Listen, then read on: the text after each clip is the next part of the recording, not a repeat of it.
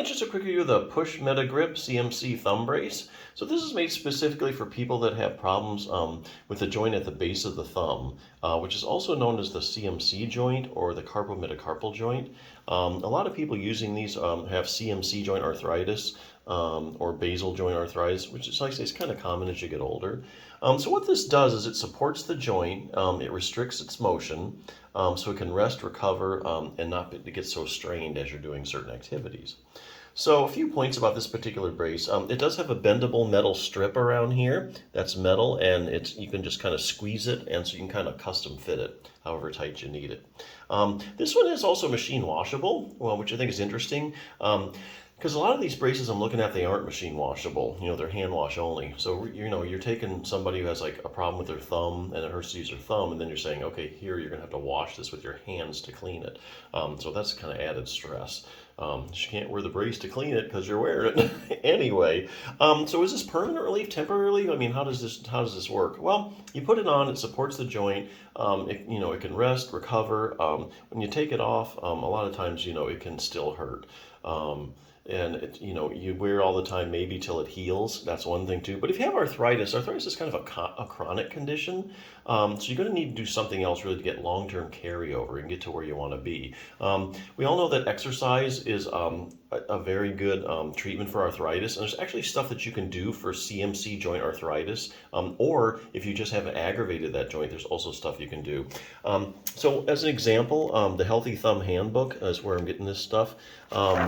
For instance, you can do, show you a couple things, relaxing your thumb muscles. So if you have problems in the joint, a lot of times the muscles will react to what's going on in the joint. And so you're going to develop these little trigger points in the muscles around the joint.